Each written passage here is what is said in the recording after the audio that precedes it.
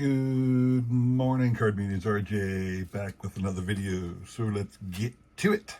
Today's random Mike Schmidt item of the day: 1982 Topps Mike Schmidt in action. Always love the in action cards sometimes because, more often than not, they really didn't show much action. So what you see here is Mike Schmidt at third base getting set as the pitcher delivers the ball. So he's not in action, he's poised to go into action. I just always thought these were funny. This is what you had on the back, some of his highlights for the 1982 in action sets. But it's just so many of these photos, if you know your in action cards, very rarely do they actually show action. I just always thought that was kind of funny. That's my random Mike Schmidt item of the day. Today's random baseball item of the day, from 1991, classic best, Paul Bruno of the Kenosha Twins. Why? I always found it fascinating when I'm looking at these old minor league sets or cards of minor leaguers to see a guy who you never heard of in your life before. I don't know how many people out there to this day know who Paul Bruno was in the minor league system of the Minnesota Twins. You can see there he's pictured with the Kenosha Twins as a catcher. Chances are, well, I know for a fact, I looked up his career. He played all of 73 minor league games between 1990 and 1991, and never again. That was the end of his career. Never came anywhere close to being in the major leagues. But here he is. He has a card in the 1991 Classic Best set, and I assume he has a few cards in some of the minor league sets of that year. Paul Bruno.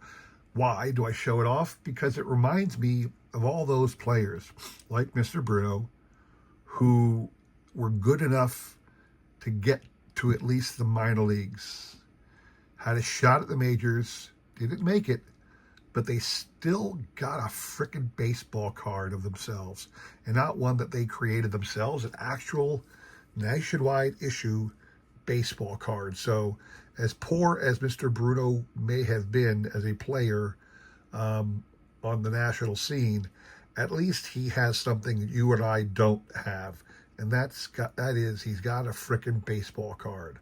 So congrats to you, Mr. Bruno, wherever you are. Well done, sir. My random baseball item of the day. Today's trivia question. Interesting question. People today are striking out insane amount of times, sometimes over 200 times in a season, they are striking out. My question to you is, when was the last season in which neither league had any players that struck out over 100 times or more? So in other words, in both leagues, there was not a single batter who struck out 100 times or more in both leagues. In what year did that happen? That's your question. All you need to do is shoot out an email. What you're playing for: 3 awesome Hall of Fame cards, Score Dream Team card of Tony Gwynn. Trying to find the year for this one. I can't remember what year this was. Sorry, I don't have it readily available. One of the 90s sets. 89 Topps, Jim Rice, Hall of Famer. And a cool card for a Hall of Famer that people have forgotten about. So if you're a Hall of Fame collector, here's an interesting one to add to your collection. Bobby Wallace, St. Louis Cardinals, St. Louis Browns, and a number of other teams.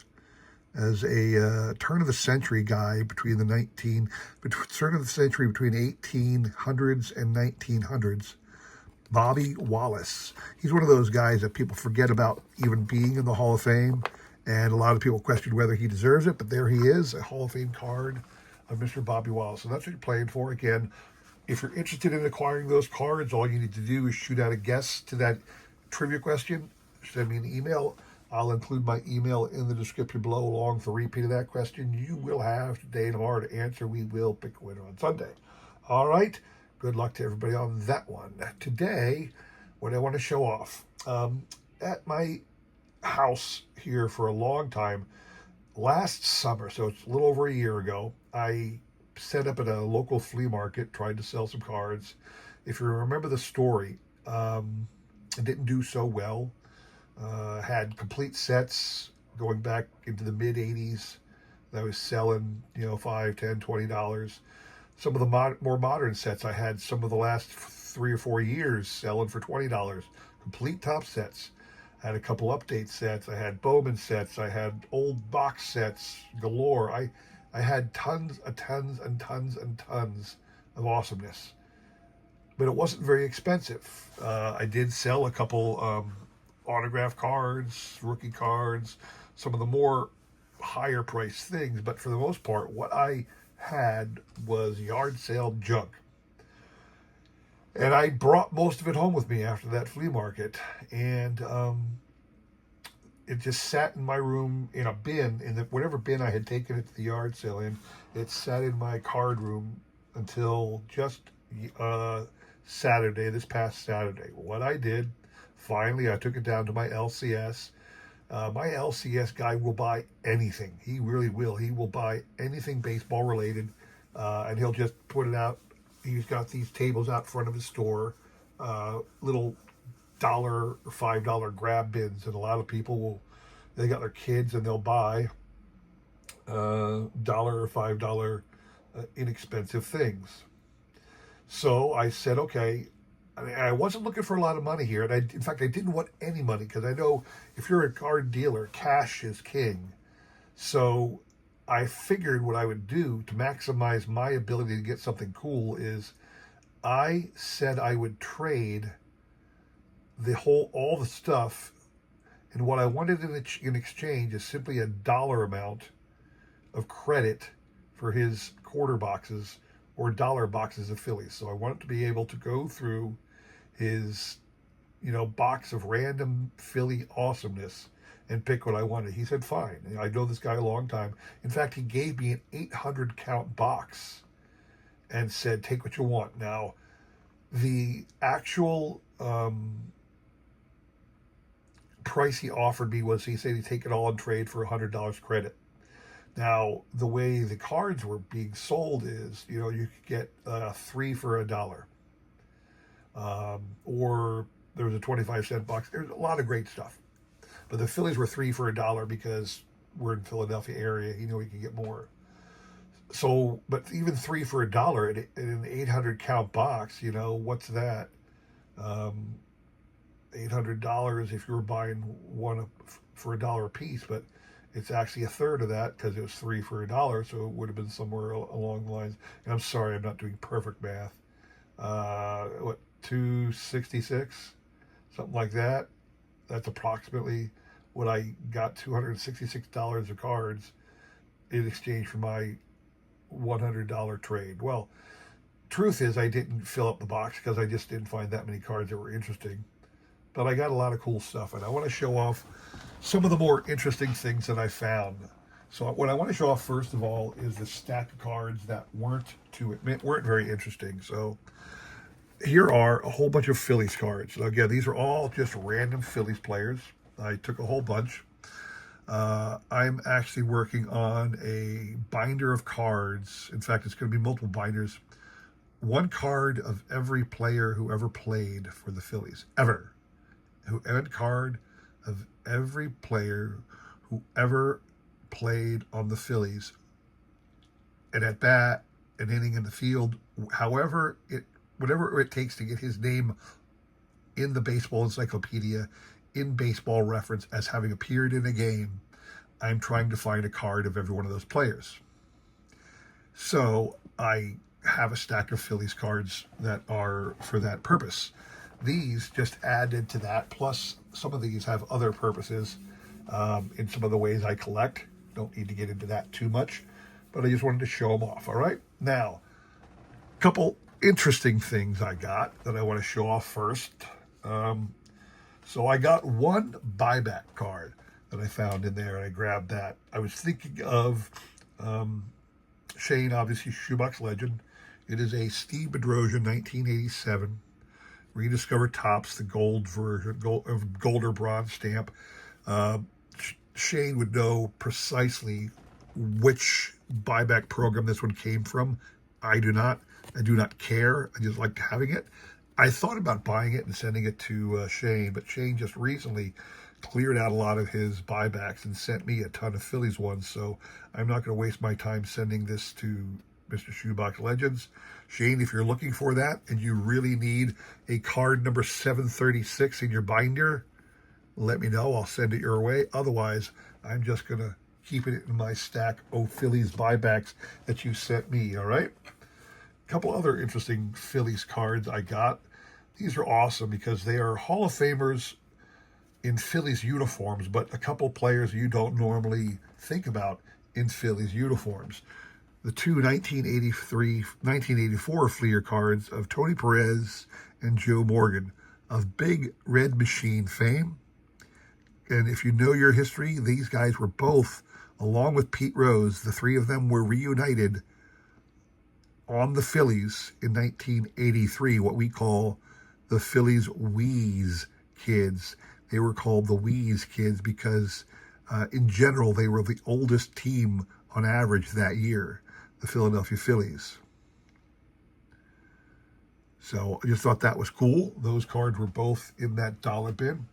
Here's another interesting card that made me go down a rabbit hole for a little bit until I realized what was actually in this, and then I realized there was no way I'm going to try and get this set, but because it was a great and legendary Philly, I took it. Card here, if you could read the text at the bottom, it says Doolin Dalton, like the Dalton gang, Doolin Dalton. This is Darren Dalton, catcher, somebody from the Pirates. Says Parrots on the jersey, but a pirate. He's got a gun, and it's got some silliness on the back here.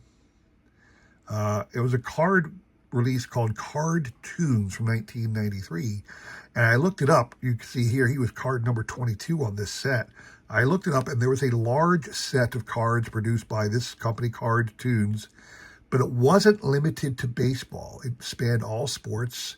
I think even some historical stuff, but once it spanned multiple sports, I realized it wasn't for me. But I'm kind of glad I have this little Doolin Dalton. I might look and see what some of the other cards were in this set. It's still available on the Bay. You can get lots of them. So I can get, if you want your favorite player, see if there's one from the 90s. So your favorite player, by all means, check it out. There are a lot of them on the Bay. Now, inside the bin, the guy, again, these were Phillies bins, but he had a lot of other random cards buried in there, and I found some cool ones I want to show off. So, Upper Deck USA Baseball of Steven Strasburg. So, a pre-rookie card, essentially, of Steven Strasburg.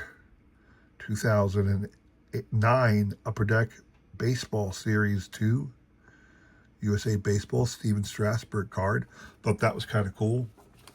I picked up a bunch of Hall of Famers, but not on the Phillies because they just happened to be in here. So you got your Fergie Jenkins, 1979 tops. Jim Palmer, 83. And then four cards, Ripken, Ryan, Carew, and Murray, all from 1985. So 6 Hall of Famers, not on the Phillies.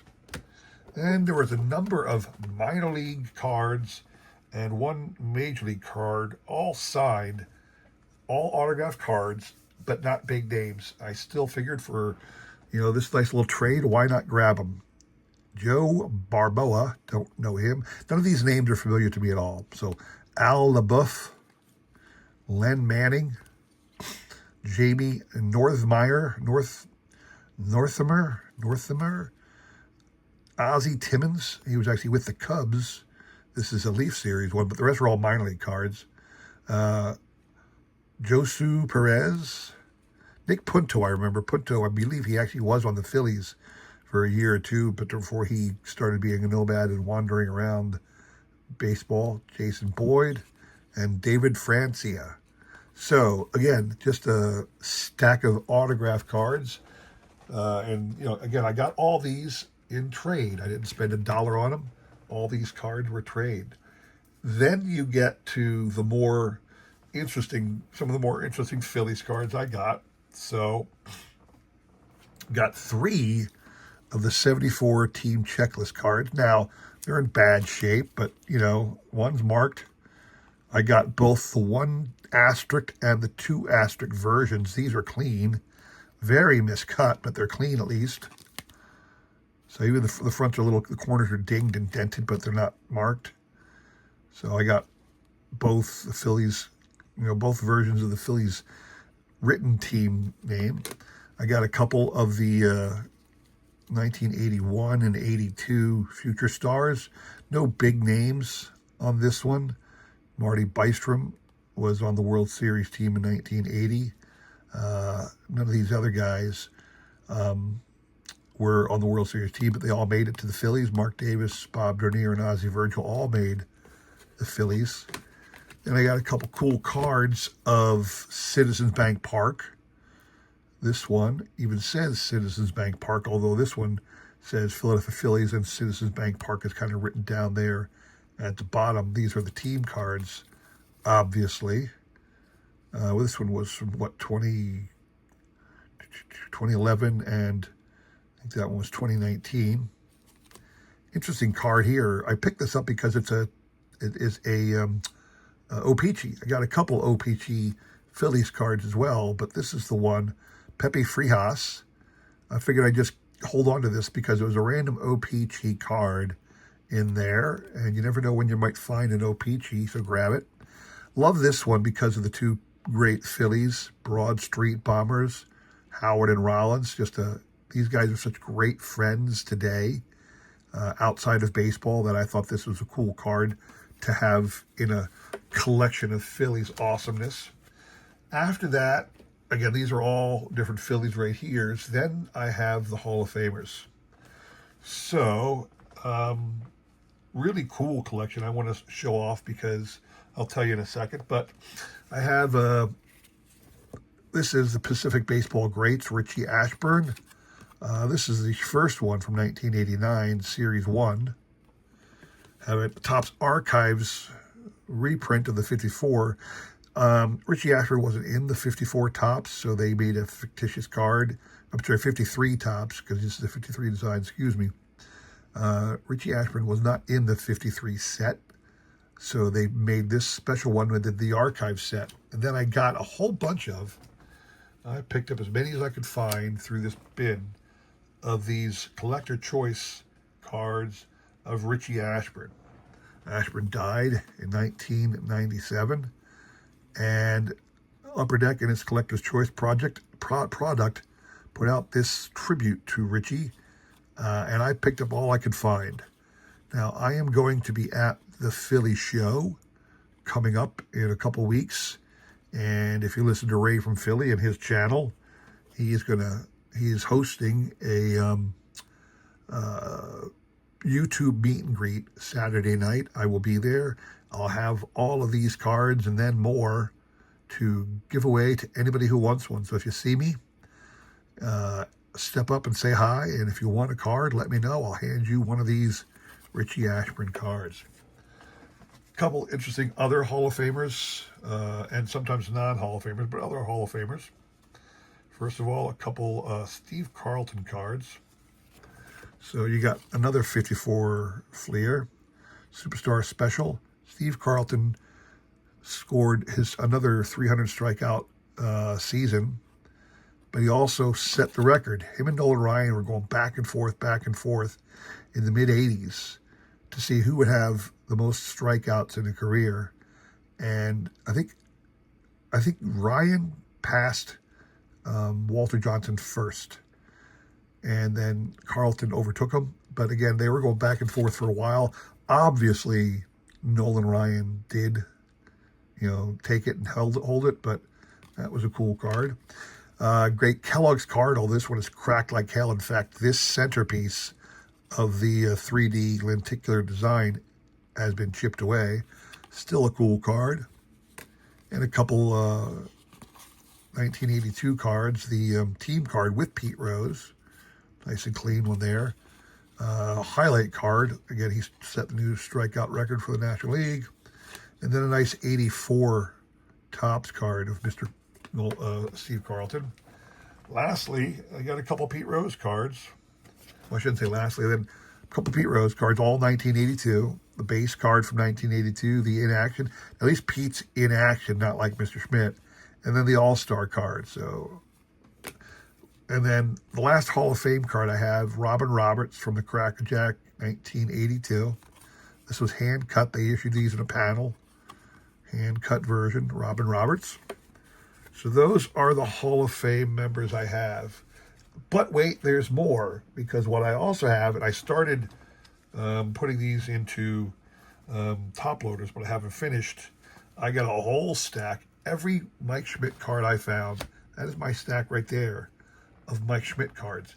Every Mike Schmidt card, base Topps card, from 1981 through 1989 Topps, I have in spades. And I got a lot of other things too. So I'm not going to go through all of them. You've seen Mike Schmidt cards out the wazoo before, but I got a ton of different cards. Some Topps, some Donruss, some Fleer, some Upper Decks, some Score, some no-name cards. Dozens and dozens and dozens of Mike Schmidt cards, all added to my collection. Now, I already have every one of the freaking Mike Schmidt cards practically, but again, it's just fun to add things like this. And again, it didn't cost me anything other than getting rid of a bunch of yard sale stuff I had no room for. And to be quite honest with you, my wife has been begging for me to get rid of for quite some time. So there you have it. That is my showcase today. You never know what you might find in the world of LCS. So hope you enjoyed that. Don't forget the trivia question. Throw out a guess. Maybe you win some great cards. All right? Come back again on Wednesday for more greatness. Thanks for watching, and take care.